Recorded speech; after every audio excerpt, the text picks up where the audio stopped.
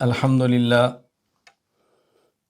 للہ وحدہ لا شریک لہ والصلاة والسلام علی من لا نبی بعدہ وعلی آلہ واصحابہ الذین اوفوا عہدہ اما بعد فاعوذ باللہ من الشیطان الرجیم بسم اللہ الرحمن الرحیم الف لام میم ذالک الکتاب لا ریب فیہ ھدی للمتقین الذین یؤمنون بالغیب ویقیمون الصلاة ومما رزقناہم ینفقون والذین یؤمنون بما انزل الیک وما انزل من قبلک وبالآخرۃ ھم یوقنون اولئک علی ھدی من ربہم واولئک ھم المفلحون اللہم صلی علی محمد وعلی آل محمد کما صلیت علی ابراہیم وعلی آل ابراہیم انک حمید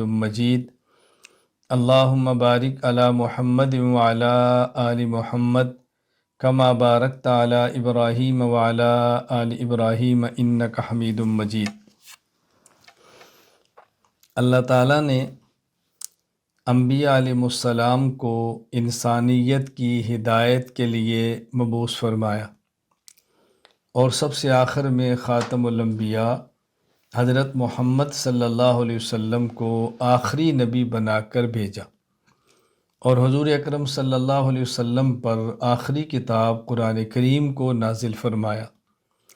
اور قرآن کریم کے آغاز میں اللہ تعالیٰ نے یہ بات فرما دی، الف لام میم ذالک الکتاب لا ریب فیہ ھدی للمتقین، کہ یہ قرآن کریم وہ کتاب ہے کہ جو لا ریب ہے، لا شک ہے، اس میں کسی قسم کی شک کی گنجائش نہیں ہے، اور یہ کتاب ہدایت ہے۔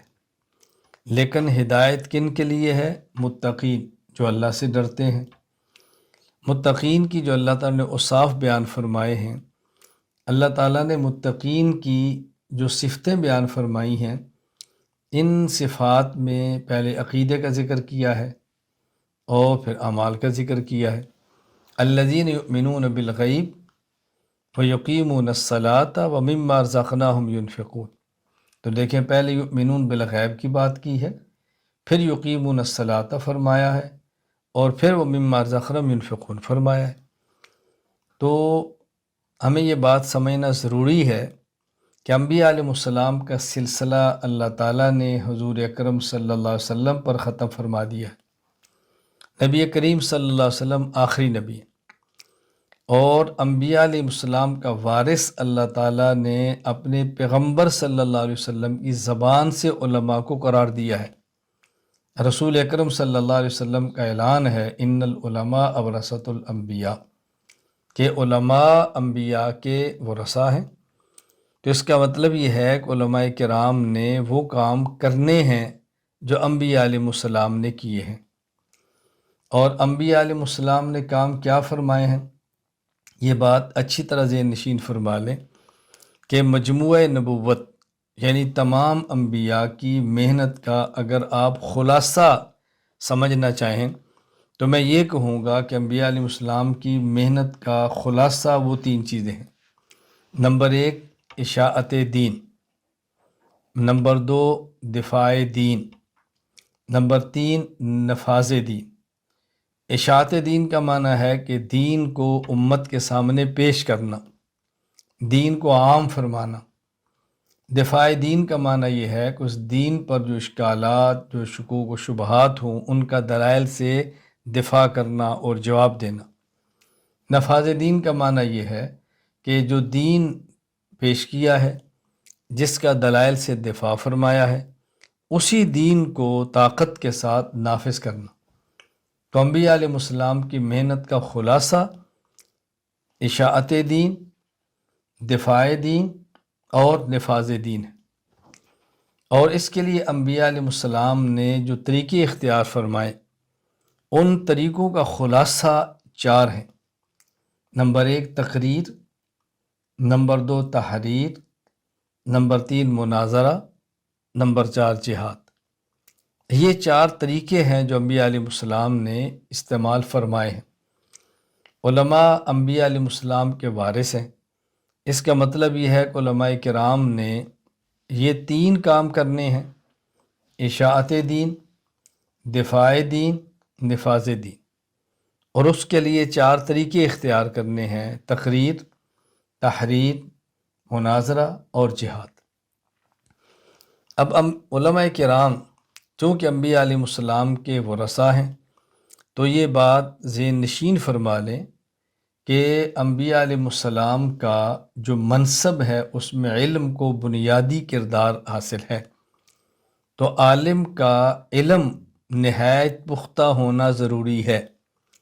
پیغمبر کا علم تو پختہ تھا، کیوں؟ پیغمبر پر وحی آ رہی ہے، اس میں تو نقص کا سوال ہی نہیں ہے۔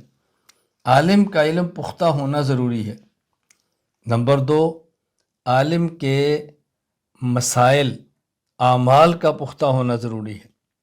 نمبر 3، عالم کے اخلاق کا پختہ ہونا ضروری ہے۔ یعنی عالم کے اندر 3 چیزیں بنیادی ہیں۔ نمبر 1، اس کا علم پختہ ہو، عقائد پختہ ہوں، نظریات اس کے درست ہوں۔ نمبر 2، اس کے اعمال پختہ ہوں، عملی زندگی درست ہو اور اخلاق درست ہوں۔ اب عملی زندگی میں 2 چیزیں آتی ہیں۔ نمبر 1، انسان کے قلب کی کیفیات جو اچھے اعمال پر برانگیختہ کرتی ہیں، یہ ہے اچھی اخلاق، اور ایک ہے ان کیفیات کی بنیاد پر جسم سے سرزد ہونے والے اعمال۔ یہ 2 چیزیں ہیں۔ تو اب ہم نے دیکھنا ہے کہ عالم کے علم میں پختگی کیسی ہو اور عالم کے اعمال اور اخلاق میں پختگی کیسے ہو، یہ بنیاد ہے۔ کیونکہ انبیاء علیہ السلام کی جو اساسی اور بنیادی چیز ہے وہ انبیاء کا علم ہے، انبیاء کے اعمال ہیں، انبیاء کے اخلاق ہیں۔ تو عالم جس نے نبوت والا کام کرنا ہے اس کا علم بھی پختہ ہونا چاہیے، اعمال بھی مضبوط ہونے چاہیے اور اس کے اخلاق بھی درست ہونے چاہیے۔ یہ کیسے ہوں گے؟ میں گزشتہ زمانوں کی بات نہیں کر رہا، میں اپنے دور کی بات کر رہا ہوں۔ یہ بات میں نے اس لیے کی ہے کہ لوگ فوراً سوال کرتے ہیں، اچھا جی جو ہم سے پہلے تھے پھر ان کا؟ سوال یہ ہے کہ ہمارے دور میں ہمارے عقائد پختہ کیسے ہو سکتے ہیں؟ اور میری گفتگو کا مخاطب بنیادی طور پہ وہ حضرات ہیں کہ جو اہل السنت والجماعت ہیں اور احناف ہیں اور دیوبند ہیں۔ مسلمان تو ہیں ہی لیکن اہل السنت والجماعت ہیں، اہل بدعت نہیں ہیں۔ اور وہ احناف ہیں، مالکیہ، شوافیہ یا حنابلہ نہیں ہیں، ان کے اپنے ائمہ ہیں، ان کا اپنا منہج ہے، اس پر میں بات نہیں کر رہا، وہ ہمارے بھائی ہیں، اہل حق ہیں۔ اور اسی طرح پھر جو احناف ہیں اور دیوبند ہیں، یعنی حنفیت کی طرف نسبت کرنے والے وہ بھی ہیں جو خود کی نسبت دیوبند کی طرف نہیں کرتے، اور وہ بھی ہیں جو دیوبند کی طرف کرتے ہیں۔ تو میں گفتگو کر رہا ہوں کہ جو اہل السنت والجماعت احناف دیوبند ہیں، اور یہ ذہن نشین فرما لیں کہ دیوبند میں سہارنپور ہو، دیوبند میں تھانہ بھون ہو، دیوبند میں گنگو ہو، دیوبند میں رائے پور ہو، دیوبند میں ندوہ ہو، یہ سارے مراکز شامل ہیں چونکہ ان کی فکر ایک ہے۔ فکر دیوبند کا مطلب میں سمجھاؤں گا کیا ہے۔ تو میری جو گفتگو مخاطبین وہی ہیں، تو میں ان حضرات کی خدمت میں عرض کرتا ہوں، عقائد پختہ کرنے ہیں تو اس کے لیے بنیادی طور پہ اکابرین اہل سنت والجماعت احناف دیوبند کی کتب کا مطالعہ فرمائیں اور دائیں بائیں ہرگز نہ جائیں، ان کی کتب کا مطالعہ فرمائیں۔ اکابر اہل سنت والجماعت احناف دیوبند سے مراد کیا ہے؟ حضرت مولانا رشید احمد گنگوہی، حضرت مولانا محمد قاسم نانوتوی اور حضرت شیخ الہند مولانا محمود حسن دیوبندی اور حضرت شیخ الہند مولانا محمود حسن دیوبندی رحمہ اللہ کے بلا واسطہ تلامذہ اور شاگرد حضرت تھانوی، حضرت مدنی، حضرت کشمیری، حضرت مفتی کفایت اللہ دہلوی، حضرت مولانا الیاس کاندلوی، یہ بنیادی جو براہ راست تلامذہ ہیں، یہ ہیں اکابرین اہل سنت والجماعت احناف دیوبند۔ تو آپ ان کی کتب کا مطالعہ فرمائیں، ان کی کتب کو پڑھیں، اور آپ یقین فرمائیں کہ ہمارے اکابرین نے اتنا کچھ اس عنوان پہ لکھ دیا ہے کہ ہمیں ان کے ہوتے ہوئے باہر کسی طرف جانے کی قطعاً ضرورت نہیں ہے۔ کوئی عنوان تفسیر کا ہو، حدیث کا ہو، علم الکلام کا ہو، فقہ کا ہو، اصول تفسیر حدیث فقہ کا ہو، تاریخ کا ہو، سیرت کا ہو، عربی ادب کا ہو، گرامر کا ہو، تمام عنوانات پہ ہمارے ان حضرات نے وافر لکھ دیا ہے، مزید کو ضرورت نہیں ہے۔ بس میں اس لیے گزارش کروں گا کہ اگر آپ نے اپنے عقائد کو پختہ کرنا ہے، مسائل میں عبور حاصل کرنا ہے، تو اکابرین اہل سنت والجماعت احناف دیوبند کی کتب کا مطالعہ فرمائیں، اور اس پریشانی کے اندر مبتلا نہ ہوں کہ ان کی زبان مشکل ہے، پیچیدہ بہت ہے، ہم ان سے استفادہ نہیں کر سکتے۔ اللہ کے لیے عذر اور بہانہ مت بنائیں، یہ بہانہ چھوڑ دیں، محنت کریں گے تو سب چیزیں آپ کے سامنے آ جائیں گی۔ اور جہاں تک تعلق ہے اپنی عملی زندگی اور اخلاق کی، یعنی اعمال مضبوط ہوں اور اخلاق درست ہوں، اس کے لیے ضروری ہے کہ کسی شیخ کے ساتھ اصلاحی تعلق قائم کریں، بیعت کا تعلق قائم کریں، ان کے ہاں خانقاہ میں وقت لگائیں، اور فراغت کے بعد کچھ وقت ان کی خدمت میں گزاریں۔ اور شیخ کیسا ہونا چاہیے؟ نمبر 1 صحیح العقیدہ ہو، نمبر 2 متبع سنت ہو، نمبر 3 اپنے شیخ کا صحبت یافتہ ہو، نمبر 4 اپنے شیخ کا اجازت یافتہ ہو، نمبر 5 آپ کا ہم مزاج ہو، آپ کا ہم مزاج ہو، نمبر 6 اور اس کے ساتھ آپ کا رابطہ ہو سکتا ہو۔ تو جہاں یہ 6 چیزیں مل جائیں، آپ اپنے آپ کو ان کے حوالے کریں، ان کی خدمت میں رہیں، ان سے تعلق بنائیں، اور اپنی عملی اور اخلاقی زندگی کو درست فرمائیں۔ اس کا بے حد فائدہ ہوگا۔ اپنا علم پختہ کریں، جس کے لیے کابرین اہل سنت والجماعت احناف دیوبند کی کتب کا مطالعہ فرمائیں۔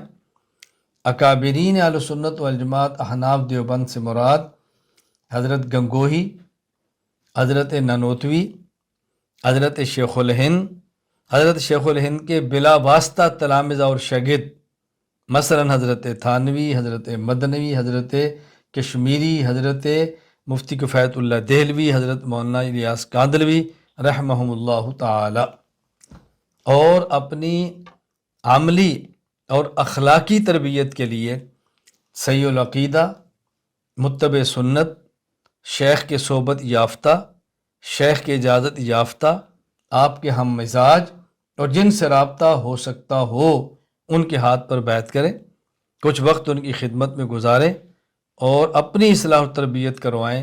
انشاءاللہ العزیز عقائد اور اعمال اور اخلاق میں پختگی آئے گی۔ اب اس کے بعد کام کرنا شروع کریں، انشاءاللہ آپ کو کام کا لطف آئے گا، الجھنیں پیدا نہیں ہوں گی، اور جہاں الجھن آئے وہاں ہم آپ کی خدمت کے لیے موجود ہیں، آپ کی نوکری کے لیے موجود ہیں، آپ کے پاس ساتھ ہم ٹھہرے ہیں، وہاں موجود ہیں انشاءاللہ العزیز۔ ایک بات تو اچھی طرح ذہن نشین فرما لیں۔ دوسری بات، علماء کرام یہ اچھی طرح سمجھ لیں کہ ایک ہے نظریہ اور ایک ہے طریقہ۔ ایک ہے نظریہ یعنی فکر، عقیدہ، اور ایک ہے طریقہ، پالیسی، طریقہ کار۔ نظریات کبھی بھی کسی دور میں نہیں بدلتے۔ رسول اکرم صلی اللہ علیہ وسلم کے صحابہ کرام رضی اللہ عنہم مجمعین سے لے کر آج تک امت میں نظریات ایک ہے، نظریات نہیں بدلتے، عقائد نہیں تبدیل ہوتے۔ ہاں طریقہ کار وہ بدلتا رہتا ہے، جس دور میں جیسے تقاضے ہوں اس کے مطابق جائز طریقہ اختیار کرنا، اشاعت دین کے لیے، دفاع دین کے لیے، نفاذ دین کے لیے، یہ ٹھیک ہے۔ ایک وقت تھا بہترین سواری اونٹ گھوڑا تھی، آج وقت ہے بہترین سواری جہاز ہے، تو بدل گیا طریقہ۔ اس میں کیا فرق پڑتا ہے؟ ہم نے سفر کرنا ہے، اس دور میں اونٹ اور گھوڑے پر تھا، اور آج کے دور میں جہاز، ٹرین، ریل اور گاڑی پر ہے، طریقہ بدل گیا، لیکن سفر تو دین کے لیے کرنا ہے نا۔ اچھی طرح ذہن نشین فرما لیں۔ تو نظریات میں تبدیلی نہیں آتی، طریقہ کار میں تبدیلی آتی رہتی ہے۔ تو ہم نے جو اپنے عقائد اور اپنے اعمال پوری امت تک پہنچانے ہیں، اس کے لیے پہلے طریقہ کار جو تھا کچھ آج بھی ہے اور کچھ طریقہ کار بدل گیا۔ ایک طریقہ یہ ہے کہ ہم مجمع اکٹھا کریں اور بات کریں، یہ بھی ٹھیک ہے۔ ایک طریقہ یہ ہے کہ ہم کتابیں لکھیں اور امت تک پہنچائیں، یہ بھی ٹھیک ہے۔ یہ دو طریقے پہلے چل رہے تھے۔ اور تیسرا طریقہ کہ ہم آواز ریکارڈ کریں اور پہنچائیں، یہ بھی چل رہا تھا، اگرچہ بعد میں آیا۔ اب اس دور کا سب سے مؤثر، سب سے مضبوط اور تیز ترین طریقہ وہ میڈیا کا ہے۔ ایک سیکنڈ میں بات پورے عالم میں پھیل جاتی ہے، ایک سیکنڈ میں پورے عالم میں بات پھیل جاتی ہے۔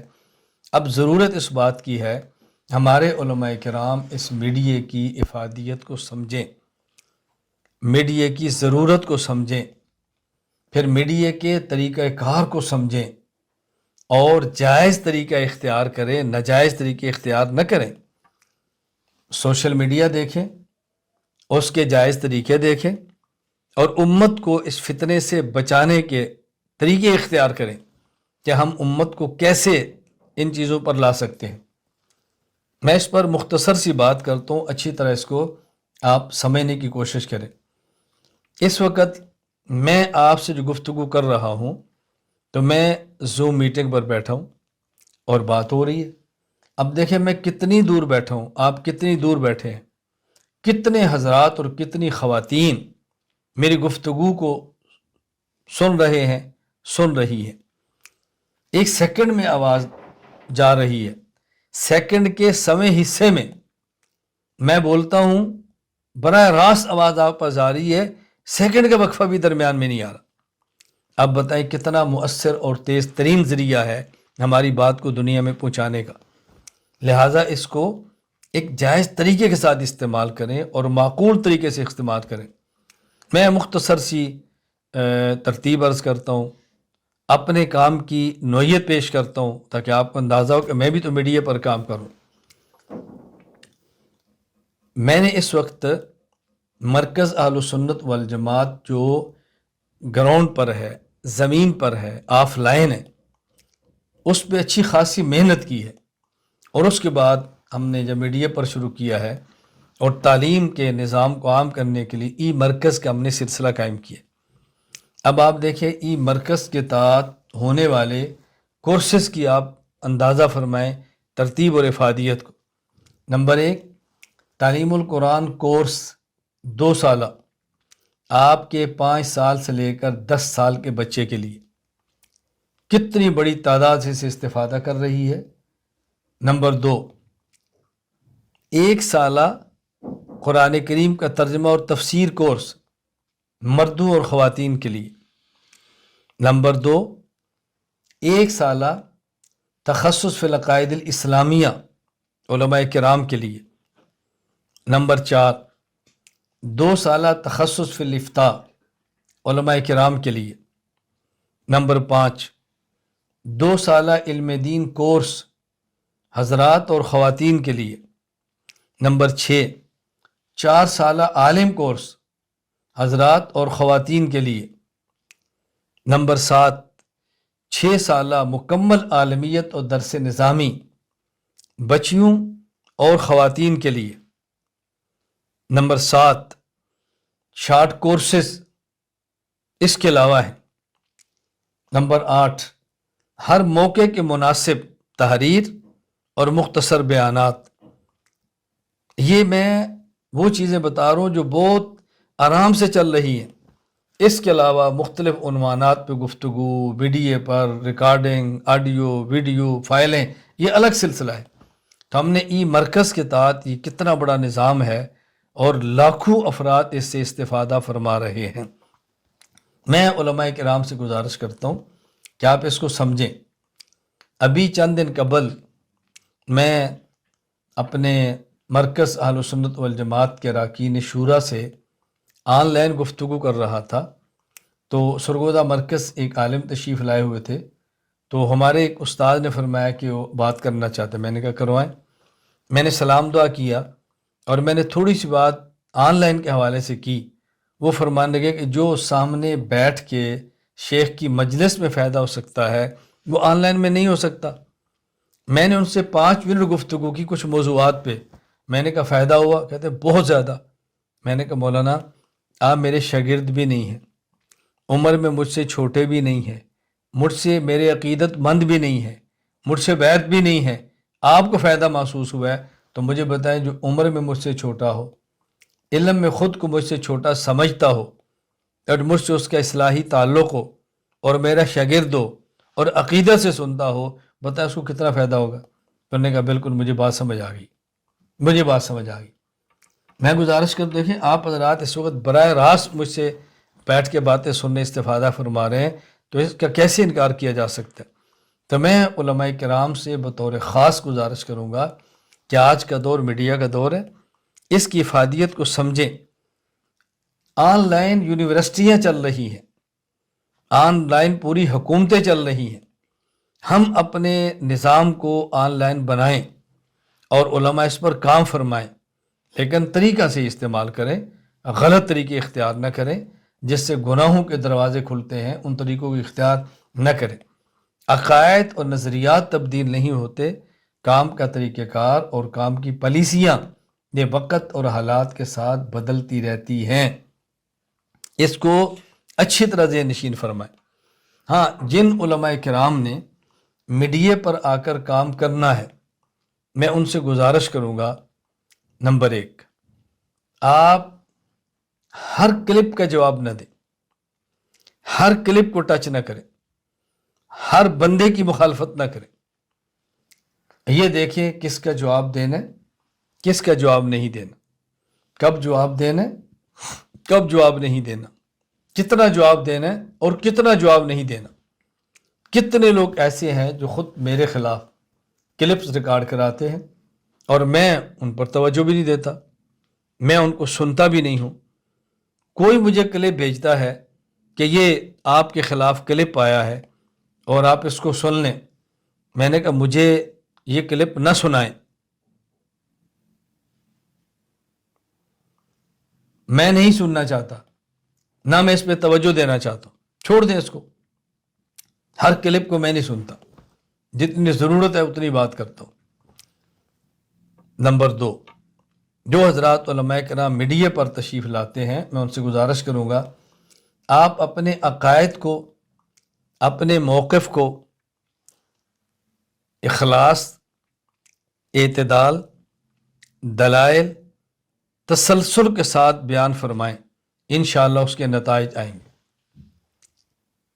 نمبر 3 جو علماء کرام میڈیا پر آ کر گفتگو فرمانا چاہتے ہیں میں ان سے گزارش کروں گا کہ آپ کے اہل حق علماء سے اگر کوئی لغزش ہو، کوئی بات ایسی کہہ دے جس سے آپ کو اختلاف ہو، اس کا فوری طور پر میڈیا پر جواب نہ دیں، فوراً دھلائی نہ کریں، فوراً نزیبہ زبان استعمال نہ کریں. انتظار فرمائیں، ان سے ملاقات کی انتظار کریں، ان سے رابطے کی ترتیب بنائیں، ان سے بات کریں. وہ نہ مانیں تو چلے آپ میڈیا پر بھی کہہ دیں، لیکن فوراً کسی کی بات آئے تو میڈیا پر اس کی تردید کر کے ایک نیا محاذ نہ کھولیں، امت کو مزید ٹینشنوں میں نہ ڈالیں، مزید انتشار اور تشتت اس کے اندر پیدا نہ کریں. نمبر 4 جو ہمارے علماء کرام میڈیا پر تشریف لاتے ہیں میں ان سے گزارش کروں گا کہ میڈیا پر اپنا لباس پیش کریں، اپنی پگڑی، اپنی داڑھی، اپنی چیزیں لے کر آئیں. ہمارے جس کو ہلکی سی شہرت ملتی ہے، کبھی وہ ٹوپی کسی کی لیتا ہے، کبھی وہ جبہ کسی کا لیتا ہے، کبھی وہ رومال کسی کا لیتا ہے، کبھی وہ کپڑے کسی کا لیتا ہے، کبھی سٹائل کسی کا لیتا ہے. ایسا نہ کریں، اپنے لباس کے ساتھ آئیں، اپنی ترتیب کے ساتھ آئیں اور اپنے نظم و ضبط کے ساتھ آئیں. اپنے وجود کو منوائیں، کسی کے وجود کو عام نہ کریں. اپنے تشخص کا لوہا منوائیں، کسی کے تشخص کو عام نہ کریں. آپ اپنے نظریات کو پھیلائیں، کسی اور کے نظریات کے پھیلانے کا ذریعہ مت بنیں. آپ اپنی چیزیں سامنے لائیں، اپنے تشخص کے ساتھ میڈیا پر آئیں، ضرور آئیں، کوئی حرج کی بات نہیں ہے. جس کا بہت اہتمام کریں۔ نمبر 5، جو ہمارے حضرات میڈیا پر تشریف لا رہے ہیں، میری ان سے گزارش ہے وہ ہر کرنٹ ایشو کو ٹچ نہ کریں، ہر بات کو نہ چھیڑیں، جو بات جس کے مناسب ہے وہ بات ان کے اوپر چھوڑ دیں۔ اگر کچھ سیاسی بات ہے تو جو ہمارے علماء حق میدان سیاست میں ہیں وہ ہم سے زیادہ سیاست کی اونچ نیچ کو سمجھتے ہیں، کن سے اتحاد کرنا ہے، کن سے اختلاف کرنا ہے، اور کب کون سی سیاست کرنی ہے، یہ ان پہ چھوڑیں۔ ہم دور بیٹھ کر رائے پیش نہ کریں۔ جو ہمارے علماء کرام کسی دیگر محاذوں پہ کام کر رہے ہیں، تعلیم و تربیت پہ لگے ہیں، کوئی جہاد پہ لگا ہے، کوئی کسی اور عنوان پہ کام کر رہا ہے، تو ان کے کاموں پر بلا وجہ طنز نہ کریں، ان کے معاملات میں دخل نہ دیں، ہر کرنٹ ایشو کو ٹچ نہ کریں، اور ہر بات پہ بلا وجہ بولنا نہ شروع کریں۔ ان باتوں کو سمجھنے کی ہم کوشش کریں۔ آپ حضرات کے علم میں ہے کہ میں پاکستان یا ہندوستان یا دنیا کے کسی بھی ملک میں ہونے والے حالات کے بارے میں اپنی رائے پیش نہیں کرتا۔ میں کہتا ہوں وہاں کے اکابرین علماء جو فرماتے ہیں ان کی رائے کو دیکھیں اور ان کی رائے کے مطابق آپ بات آگے چلائیں۔ ہر بات کو فوراً چھیڑنا، ہر بات پہ کلپ ریکارڈ کرنا، ہر بات کو آگے نشر کرنا، یہ مناسب نہیں ہوتا۔ لوگوں کو ذہنی انتشار سے ہم بچائیں، اس کا بہت فائدہ ہوگا۔ اللہ میں بات سمجھنے کی توفیق عطا فرمائے۔ علماء حق جو دین کے شعبے پر کام کر رہے ہیں، میں یہ ساری گزارشات ان کے احوال کے اعتبار سے عرض کر رہا ہوں تاکہ ہمیں الجھنیں پیدا نہ ہوں، اور پیدا ہونے والے الجھنوں سے ہم اپنی جان چھڑائیں اور اپنے آپ کو بچانے کی کوشش کریں۔ ہمارے ہاں تبلیغی جماعت کا کام ہے، اللہ تعالیٰ نے بہت کام لیا ہے، پورے عالم میں کام لیا ہے، لاکھوں افراد کی زندگی بدلی ہے، اللہ اس کو قبولیت عطا فرمائے۔ اب تبلیغی جماعت میں کچھ اختلاف ہوا ہے، اللہ اپنے کرم سے اس اختلاف کو ختم فرما دے۔ دو گروپ بنے ہیں، اللہ اپنے کرم سے متحد فرما دے۔ مجھ سے بہت سارے احباب اس موقع پر پوچھتے ہیں کہ تمہاری کیا رائے ہے؟ میری رائے بڑی آسان اور سادہ سی ہے کہ جب کہیں اختلاف کی آگ بھڑک اٹھے تو اس پر پٹرول نہ چھڑکیں، اس پر پانی پھینکیں۔ تو ہم نے اور جو مجھ سے تعلق رکھنے والے دنیا بھر میں افراد ہیں، مجھ سے عقیدت کا تعلق ہے، مجھ سے شاگردی کا تعلق ہے، ان کا مجھ سے اصلاحی تعلق ہے، میں ان سے گزارش کروں گا کہ تبلیغی جماعت کے موجودہ اختلاف پر پٹرول نہ چھڑکیں، آپ اس پر پانی گرائیں۔ ہم نے اس اختلاف کو بجھانا ہے، اس اختلاف کو ختم کرنا ہے، اس اختلاف کو کم کرنا ہے، اس اختلاف کو بڑھانا اور اس کی خلیج کا دائرہ وسیع نہیں کرنا۔ ایک طرف ہم محنت کر رہے ہیں کہ دنیا بھر میں اتحاد ہو، اور ایک طرف آپس میں کچھ اختلاف ہو جائے تو مزید اس اختلاف کو ہوا دیتے ہیں۔ یہ میں نہیں سمجھتا کہ مناسب طرز عمل ہے۔ میں اس لیے گزارش کرتا ہوں، میں نے اپنی رائے پیش کر دی ہے تاکہ بار بار آپ کو یہ میری رائے مجھ سے نہ پوچھنی پڑے، بھئی تیری رائے کیا ہے، تو کیا چاہتا ہے۔ میں بڑی مختصر گزارشات پیش کر رہا ہوں، اس کو سمجھنے کی کوشش کریں۔ ہمارے ہاں جو حضرات علماء کرام مختلف عنوانات پہ کام کر رہے ہیں، میں ان سے گزارش کرتا ہوں کہ جب آپ کا کسی سے تعلق ہے ادارے سے، اس ادارے کی پالیسی کا خیال فرمائیں، نہیں ہے تو احسن انداز میں استعفیٰ دے کر ادارے کو چھوڑ دیں۔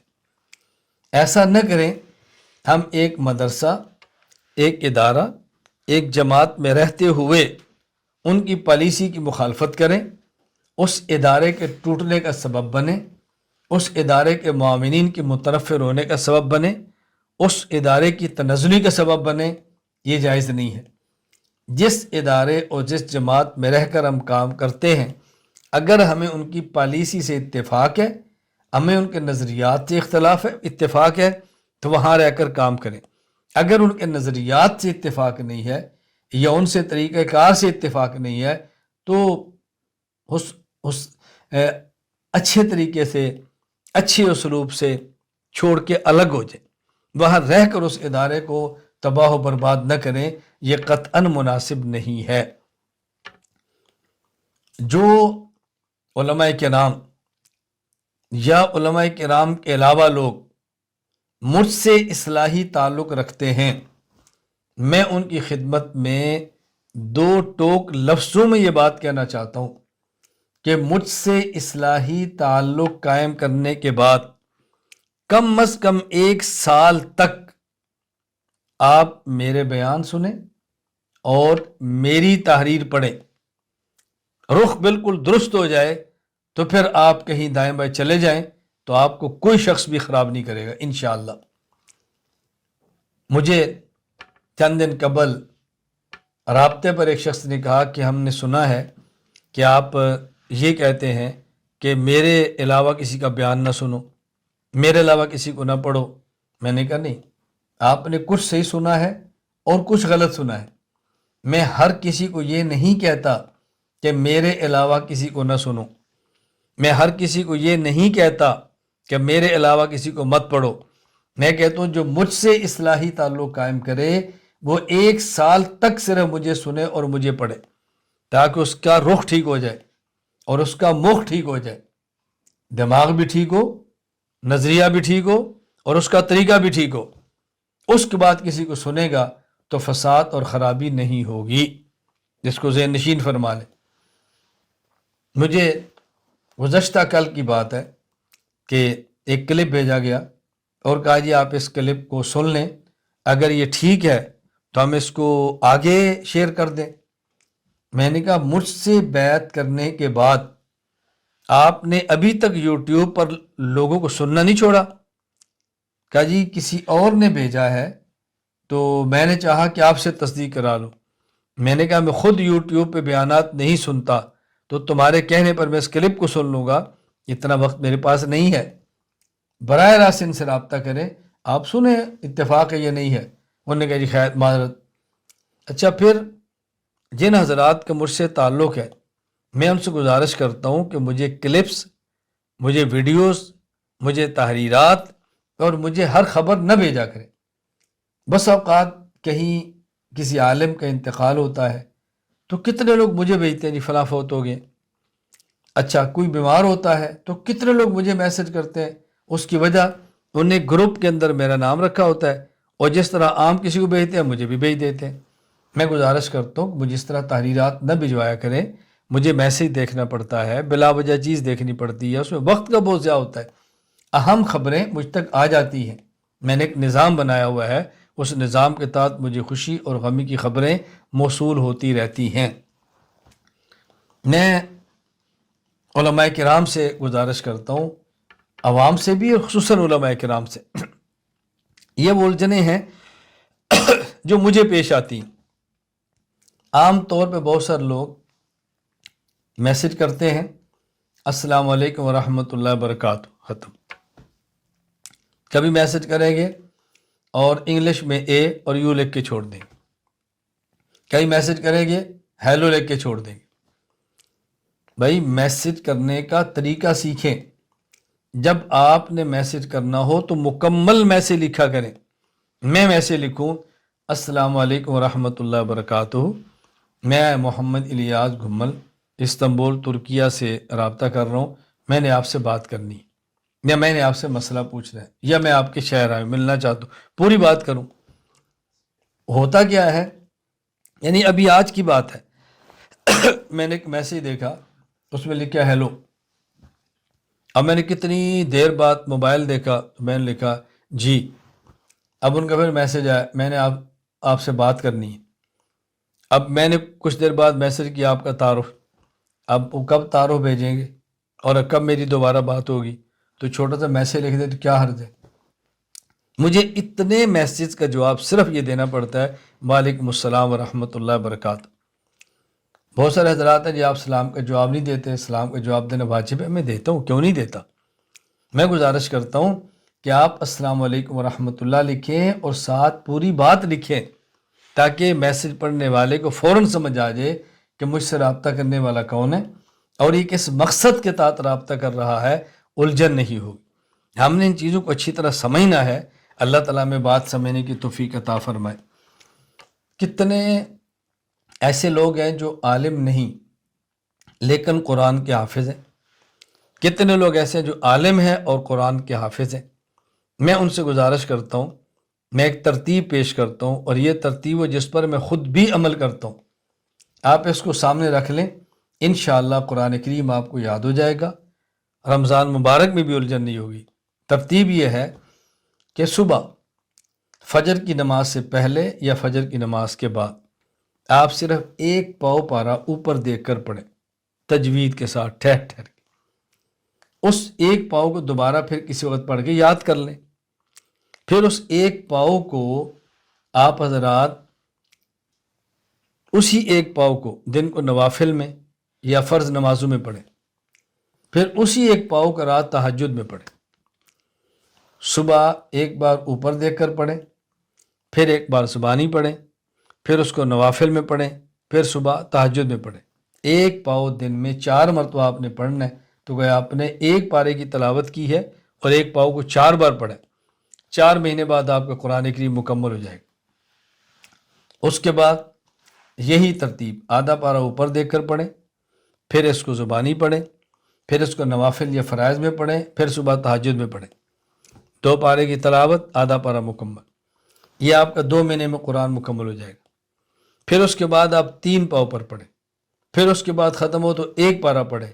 شعبان آنے سے پہلے پہلے ایک پارہ باقاعدگی کے ساتھ آپ نوافل میں پڑھنے کے عادی ہو جائیں گے۔